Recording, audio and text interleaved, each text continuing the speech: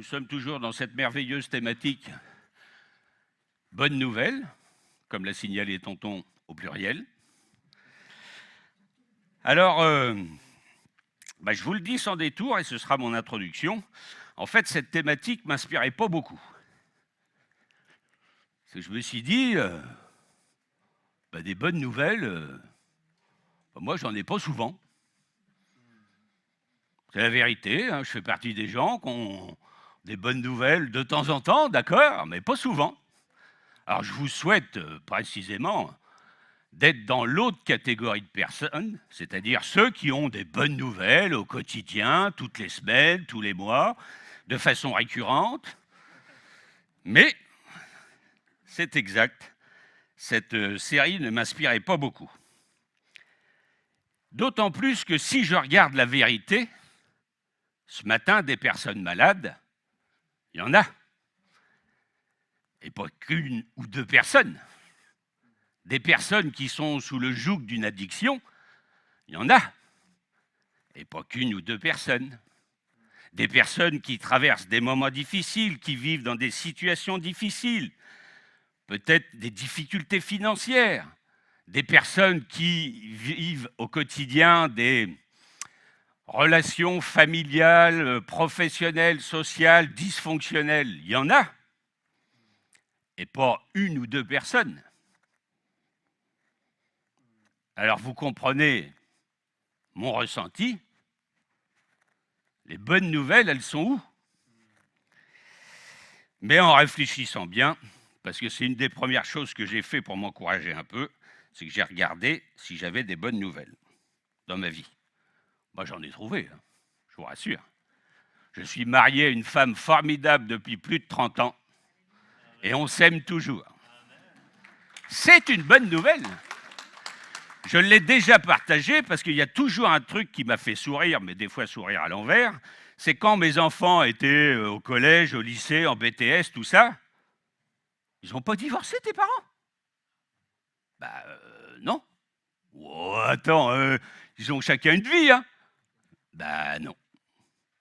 On fait office de dinosaure. Je vous le dis, c'est la vérité. Aujourd'hui, maintenant, les papiers, parce que je le vois encore avec Pierre, parent 1, parent 2. On est aussi parents tout court, hein, ça va? Non, ça c'est une bonne nouvelle. Et en cherchant encore, j'en ai trouvé d'autres, hein, des bonnes nouvelles, je ne vais pas toutes les énumérer, mais j'ai 3 enfants qui sont en bonne santé, j'ai une bonne nouvelle depuis quelques semaines qui m'est tombée dessus sans que j'y fasse rien, je suis devenu papy. Vous voyez que des bonnes nouvelles, quand même, en cherchant, on en trouve. Eh oui, oui. Alors, pour des raisons que j'ignore, elle a toutes les qualités et la beauté de son papy. Bon, après tout, elle part bien dans la vie, c'est très bien. Elle démarre bien. Bon, plaisanterie mise à part, des bonnes nouvelles, on en a. On fait partie d'une bonne église, je le dis en toute honnêteté. Nous avons une belle unité entre nous, une belle solidarité. Tout ça, ce sont des bonnes nouvelles, d'autant plus avec ce que l'on a entendu juste avant. Mais quand même, les points négatifs que j'ai relevés au début m'interpellent. Emmanuel, au cours de ses messages, nous a encouragés à vivre la bonne nouvelle qui a été annoncée par Jésus-Christ. Moi, au quotidien, j'ai du mal à la vivre, cette bonne nouvelle, et c'est pourtant ce qu'il a demandé à ses disciples. Allez partout, annoncer la bonne nouvelle. Mais pour annoncer quelque chose, il vaut mieux le vivre. Et comment je fais au quotidien pour vivre la bonne nouvelle que me demande d'annoncer mon Seigneur? Et quand je regarde la vie de Jésus, ça n'a pas été qu'une bonne nouvelle, surtout la fin. Quand il a vécu la passion, la crucifixion, la bonne nouvelle, faut la vivre. Il a même été abandonné par son Père à la croix, mais heureusement, il a tenu. Et ça rejoint un peu le message qui nous a été donné par Thomas, qui nous a encouragés à voir autrement les choses. Et la bonne nouvelle, ça nécessite des fois aussi des efforts de notre part. Oui, il y a des bonnes nouvelles qui arrivent sans rien faire, j'en ai partagé une, mais il y a des bonnes nouvelles aussi. Il faut aller les chercher, il faut s'en saisir. Parce que voyez-vous, ce que nous demande de faire Jésus, ce n'est pas naturel. Notre nature ne nous pousse pas à ça. Le désespoir est naturel. Le doute est naturel. L'incompréhension est naturelle. Tout cela, ça vient de notre nature. Mais voir les choses autrement, les regarder autrement, les vivre autrement, ça n'a rien de naturel. Il va falloir faire un effort pour vivre notre vie en bonne nouvelle. Ça va nécessiter des efforts de notre part. Et ce matin, j'aimerais vous donner une clé pour nous permettre d'y arriver, c'est la foi. Alors la foi, on en a tous une. On croit tous, mais pas tous de la même manière. Et je vais m'appuyer sur un texte dans l'Épître aux Hébreux. C'est au chapitre 11. On va démarrer par les 3 premiers versets, puis on va sauter directement au verset 23. La foi est une façon de posséder ce qu'on espère, c'est un moyen d'être sûr des réalités qu'on ne voit pas. Ah bon, c'est pas tout à fait la même version, je vais lire ça. C'est à cause d'elle que les anciens ont reçu un témoignage favorable. Par la foi, nous comprenons que l'univers a été formé par la parole de Dieu, de sorte que le monde visible n'a pas été fait à partir des choses visibles. On va passer directement au verset 23. C'est par la foi que Moïse, à sa naissance, a été caché pendant 3 mois par ses parents. Ils avaient en effet vu que l'enfant était beau et ils n'ont pas eu peur de l'ordre du roi. C'est par la foi que Moïse, devenu grand, a refusé d'être appelé fils de la fille du Pharaon. Il préférait être maltraité avec le peuple de Dieu plutôt que d'avoir momentanément la jouissance du péché. Il considérait l'humiliation attachée au Messie comme une richesse plus grande que les trésors de l'Égypte, car il avait le regard fixé sur la récompense à venir.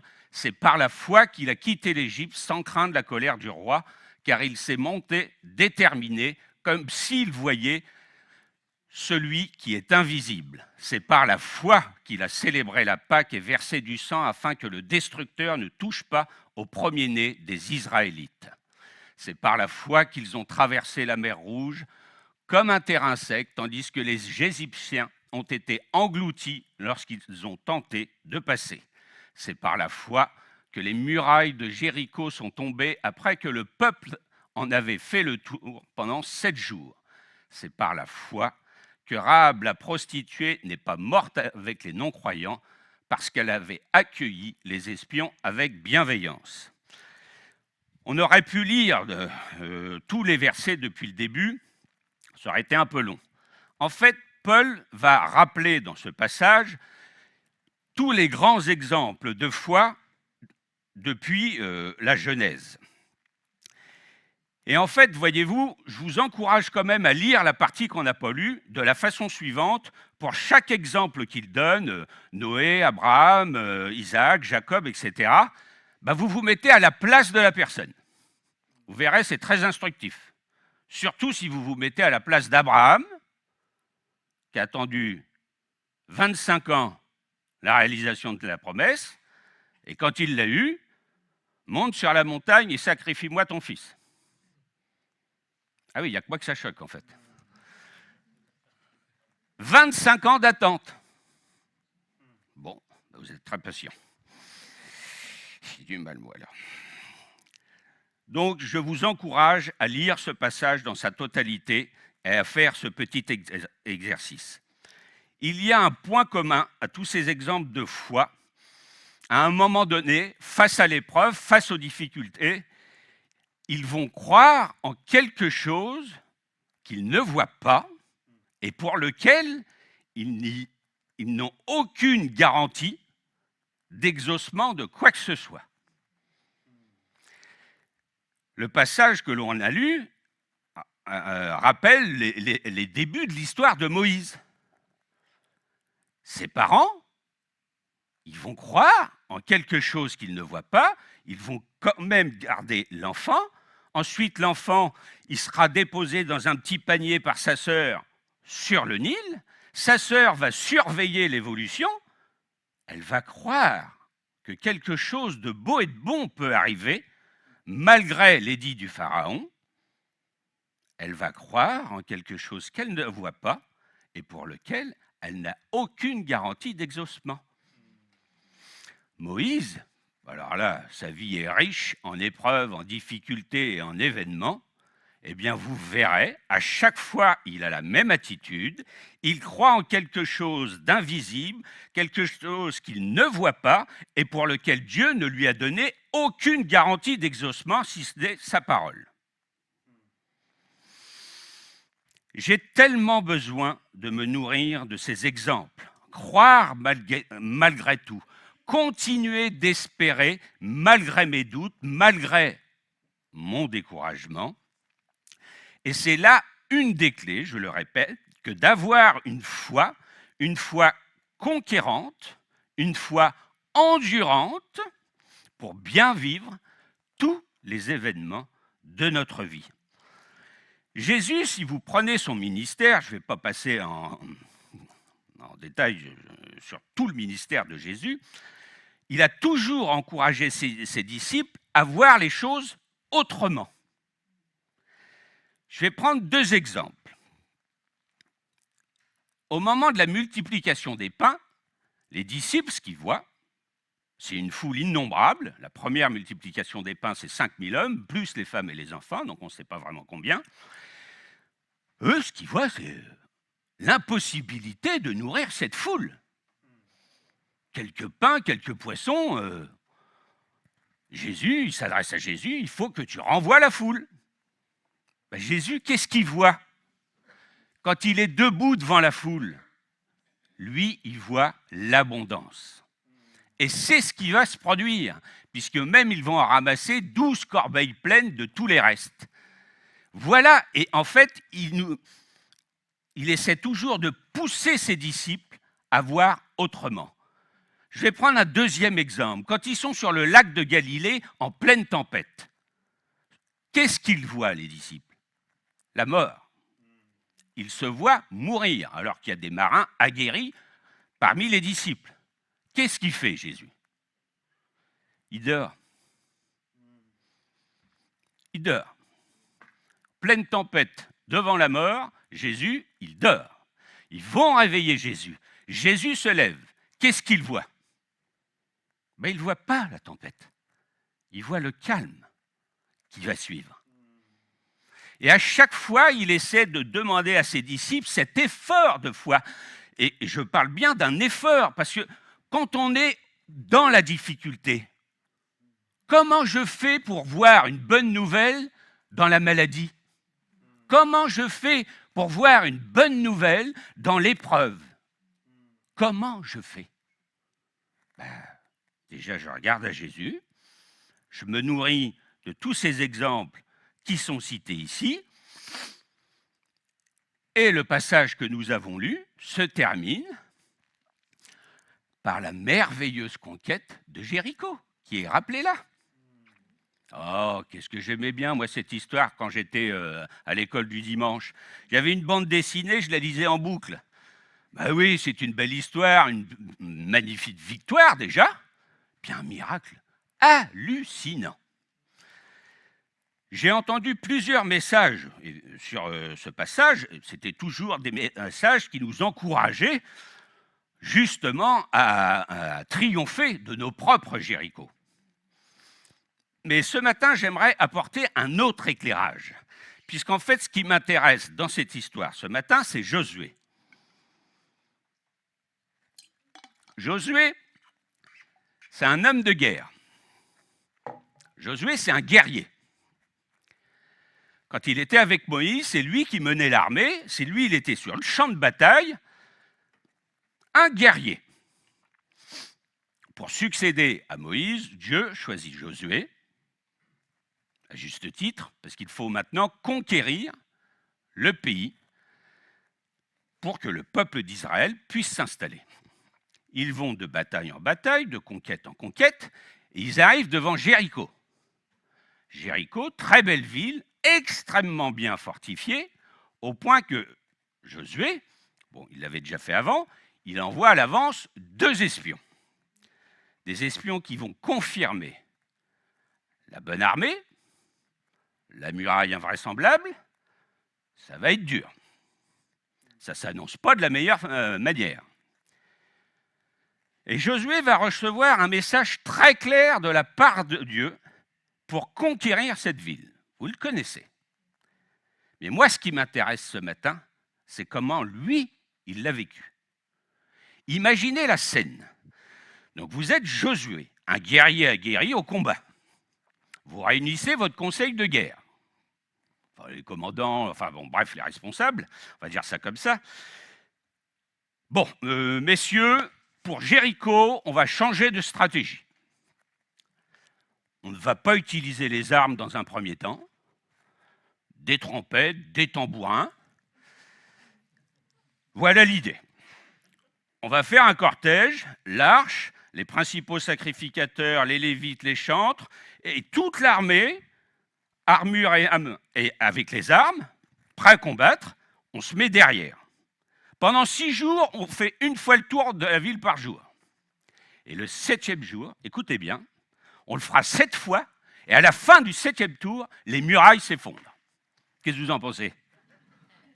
Ah ben là, j'imagine, en tant que commandant, tout ça, j'ai ami de Josué, forcément, frère d'armes. Non mais Josué, il faut que tu arrêtes de te mettre au soleil, sincèrement, rentre sous ta tente. Ça devait être complètement hallucinant pour eux. Il faut se mettre à la place de Josué. Josué, ce qu'il a l'habitude, lui, c'est de prendre son épée, son bouclier, de taper dedans. C'est comme ça. Et là, Dieu lui dit, rien du tout. Tu ne fais rien. Le pire arrive. Ils vont le faire. Imaginez au premier tour. Josué, il est dans le cortège. Mais Seigneur, t'es sûr, Seigneur? Puis tous les autres, là, sur la muraille, ils se foutent d'eux, hein, forcément. Et ça, quand il revient du tour, il va dans sa tente. Je ne sais pas comment ça va marcher. Dieu ne va absolument pas l'aider. Il ne va pas y avoir un petit caillou qui tombe, une fissure qui se fait, un mini tremblement de terre. Rien. Il n'y aura rien du tout pendant 6 jours. Et jusqu'à la fin du 7e tour, le 7e jour, il n'y aura rien. La seule chose qu'il a pour lui, c'est une foi inébranlable dans ce que Dieu lui a dit. Et même s'il se fait foutre de lui et que c'est totalement hallucinant ce qu'on lui demande de faire, il va le faire. Il va le faire. Et si on prend Rahab, qui a été cité dans notre passage, avant la conquête de Jéricho, les 2 espions sont protégés par Rahab, puisqu'elle leur ouvre la porte pour les dissimuler. Rahab, elle ne connaît rien à Dieu. Rien du tout, ce n'est pas son Dieu. Rahab, elle ne connaît rien au peuple d'Israël. Et pourtant, elle va croire dans quelque chose qu'elle ne voit pas, et quelque chose dont elle a peut-être une idée comme ça, mais plus que vague, et ça va la sauver. Et je fais juste une petite parenthèse concernant Rahab, parce que ça m'a interpellé. Rahab, c'est une prostituée. Alors des fois, on a des a priori sur les gens. Mais ça n'a pas gêné Dieu d'utiliser une prostituée. Et en plus, si vous connaissez un peu la Bible, elle fait partie de la généalogie de Jésus. Je referme ma parenthèse, c'est vrai qu'ici, il n'y a pas d'a priori, il n'y a pas de souci, mais je préférais quand même attirer votre attention sur ce détail. Josué et Rahab sont pour moi des exemples qui m'encouragent dans ma foi, dans mon obéissance, dans ma façon de voir les choses, dans la façon dont je peux des fois concevoir les réponses de Dieu. La foi, elle a besoin aussi d'être entretenue. Et c'est ce que fait Josué. Josué, il va devenir aussi un homme de prière. Parce qu'on lui demande quelque chose d'hallucinant, mais c'est un homme qui va se soumettre à Dieu. Et je vous l'ai dit au début, des fois, les bonnes nouvelles, ou transcender une mauvaise nouvelle ou une épreuve en bonne nouvelle, ça va demander des efforts. Là, il en fait, Josué, des efforts. Hein. Et puis, pas qu'un peu. Il y va, il se dit, Seigneur, c'est ce que tu nous as demandé, c'est ce que tu nous as demandé, c'est ce que je vais faire. Malgré toutes les railleries, malgré la conception logique des choses, c'était surtout pas la stratégie à avoir devant Jéricho. Mais il va faire l'effort d'obéir. Il va faire l'effort de se soumettre. Retenons-le comme exemple pour les épreuves que l'on peut affronter dans nos vies. Mais j'y reviendrai tout à l'heure. Et ces hommes, tous les exemples qui a été cités dans ce passage, sont des hommes qui entretenaient leur foi déjà dans leur relation personnelle avec Dieu. Et je vous encourage toujours à nourrir votre foi de la parole de Dieu, de la prière, de chants de louange.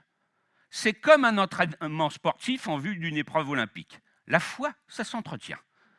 On croit tous, je vous le dis, pas de souci là-dessus. Tout le monde a la foi ce matin, mais on ne croit pas tous de la même manière.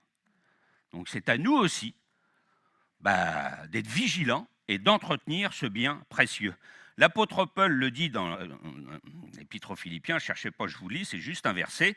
Enfin, frères et sœurs, nourrissez vos pensées de tout ce qui est vrai, noble, juste, pur, digne d'amour ou d'approbation, de tout ce qui est vertueux et mérite louange. Ça fait partie de notre édification personnelle qui ne viendra que renforcer notre foi. Alors j'aimerais poursuivre par un conseil que je dirais qui m'est personnel, parce que ce conseil n'est pas biblique dans ce sens où il ne s'appuie pas sur un passage de la Bible, mais il s'appuie sur la compréhension que j'ai de ces exemples de foi et sur mon vécu. Si vous regardez bien comment Dieu s'y prend depuis le début, avec Abraham, Noé, etc., jusqu'à Josué pour notre passage, Dieu s'y prend toujours de la même manière, c'est peut-être d'ailleurs un peu agaçant, c'est que Dieu éprouve la foi de son serviteur. C'est pas toujours facile à vivre, disons-le clairement. Abraham, je le répète, 25 ans. Tu aurais pu faire la promesse, allez, 1 an ou 2 avant, Seigneur, puis comme ça, il aurait moins attendu, quoi, tu vois, ça aurait été plus sympa. Non. Je vais te faire la promesse 25 ans avant son accomplissement. Voilà. Les murailles, c'est pareil de Jéricho. Pourquoi elles ne sont pas ramassées dès le premier jour? Ça aurait été rapide, efficace, allez, on était en forme, on y croyait tous. Tu feras ce que je t'ai demandé.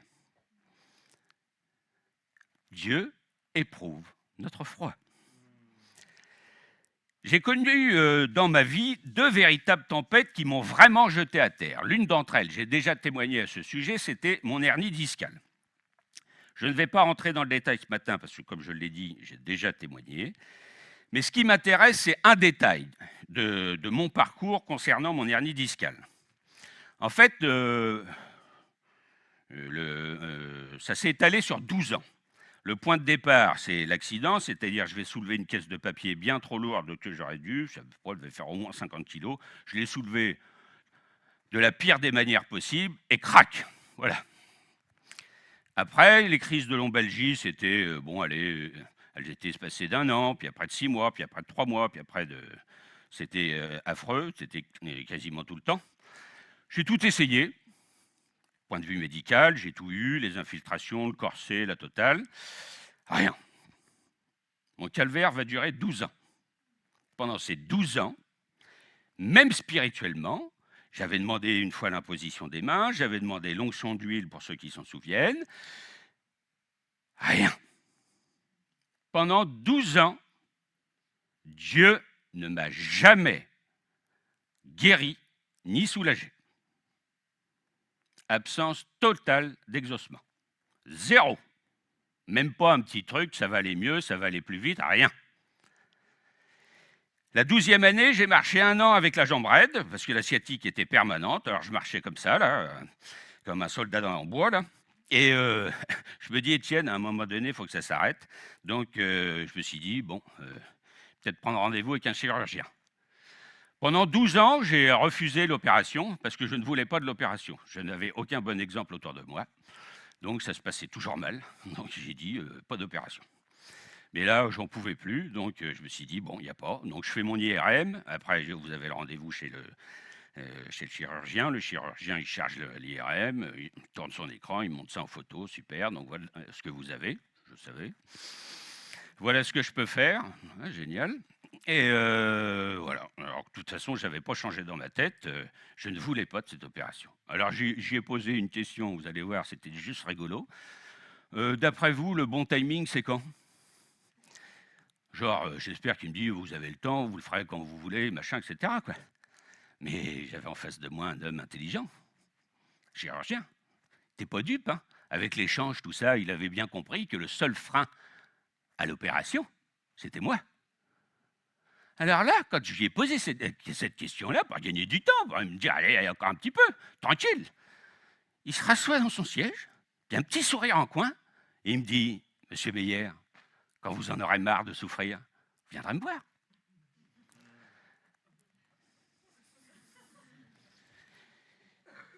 Et ça ne m'a pas plu, mais j'ai vu dans cette réponse la réponse de Dieu.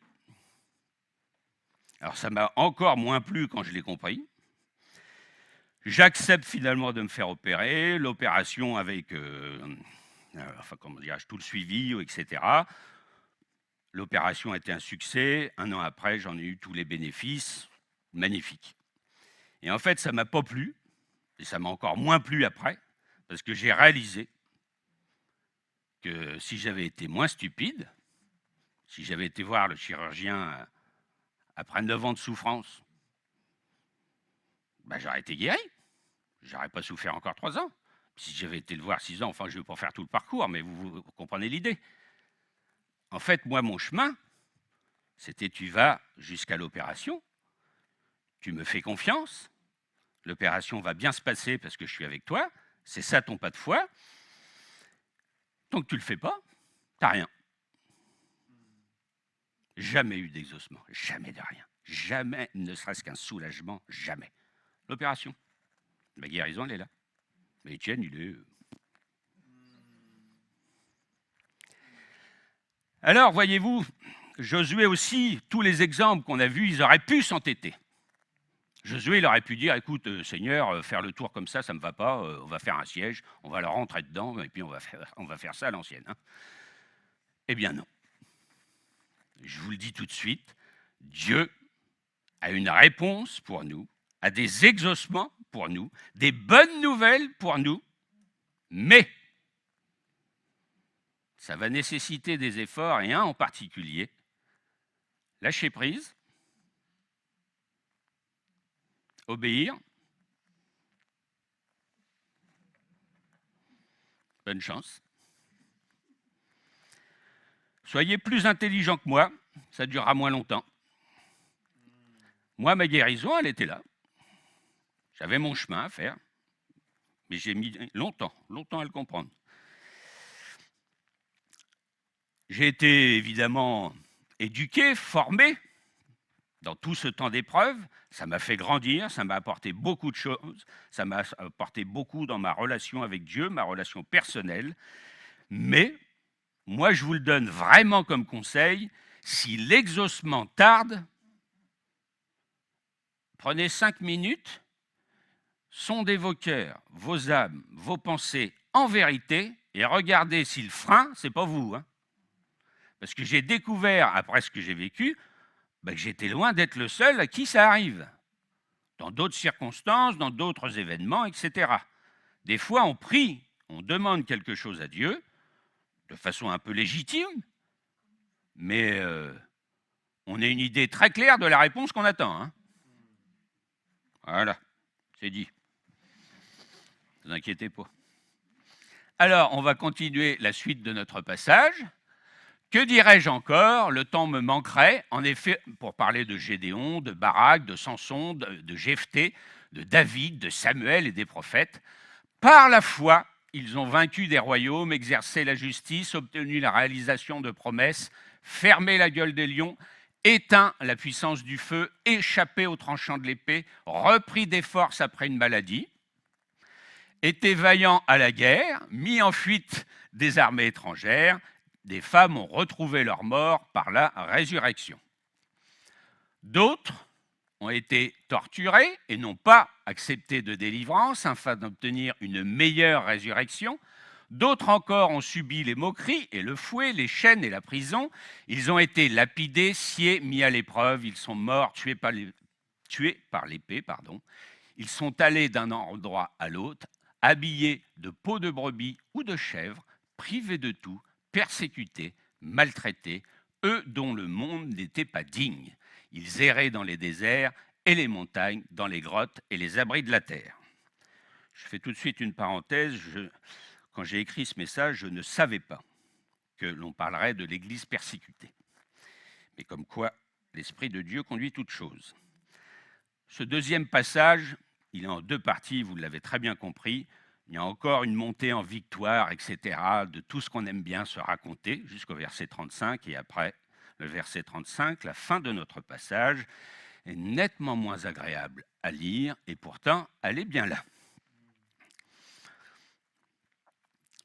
En fait, je voudrais parler maintenant de ce que je vais appeler le mystère des interventions divines.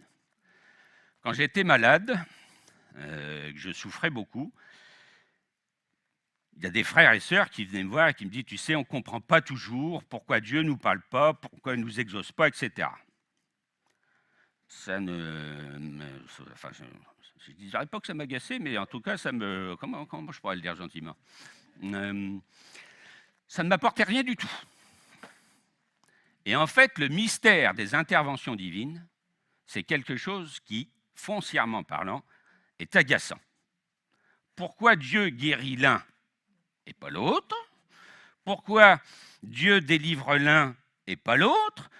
Pourquoi il ne donne pas un travail, enfin, pourquoi il donne un travail à l'un et pas à l'autre? Pourquoi? C'est ce qu'on appelle le mystère des interventions divines. Alors, le premier élément que je pourrais vous donner, c'est qu'en effet, ça rejoint parfaitement ce dont je viens de parler. Commencez par vérifier si le frein à l'exaucement, ce n'est pas vous. J'insiste ce matin là-dessus, parce que moi, maintenant, quand j'ai des difficultés, la première chose que je demande à Dieu, qu'est-ce que tu attends de moi? Quel chemin tu veux que je prenne? Même si ce chemin est long et que j'ai encore un souci de santé pour lequel je n'ai pas d'exaucement, mais ce n'est pas grave, je le vis bien.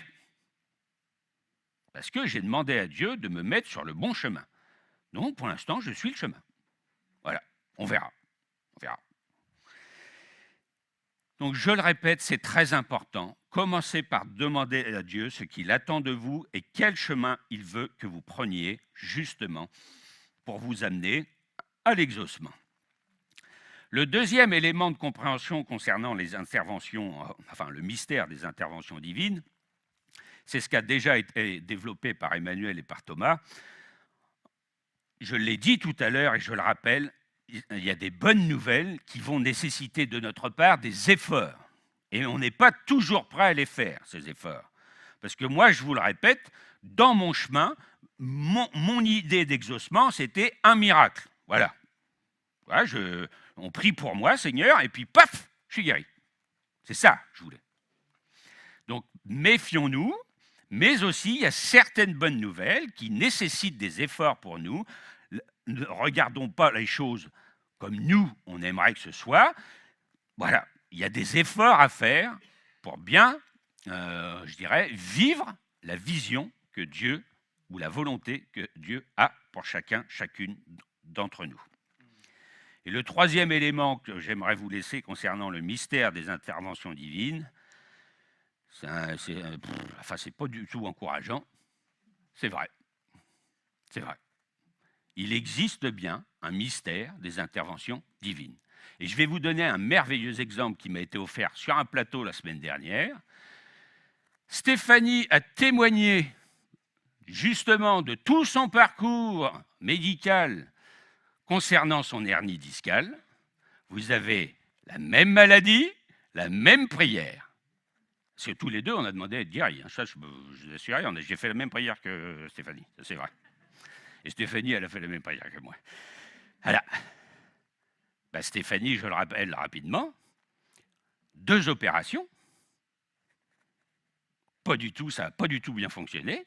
Elle se préparait à la 3e. Et à la 3e, juste avant d'arriver à la 3e, le miracle. Ouais, je ne l'ai pas eu. Alors pourquoi? Pourquoi Stéphanie n'a pas eu le succès de l'opération que moi j'ai eu? Et pourquoi Stéphanie elle a eu le miracle que moi je demandais et que moi je n'ai pas eu? Est-ce que Stéphanie est meilleure chrétienne que moi? Pas du tout.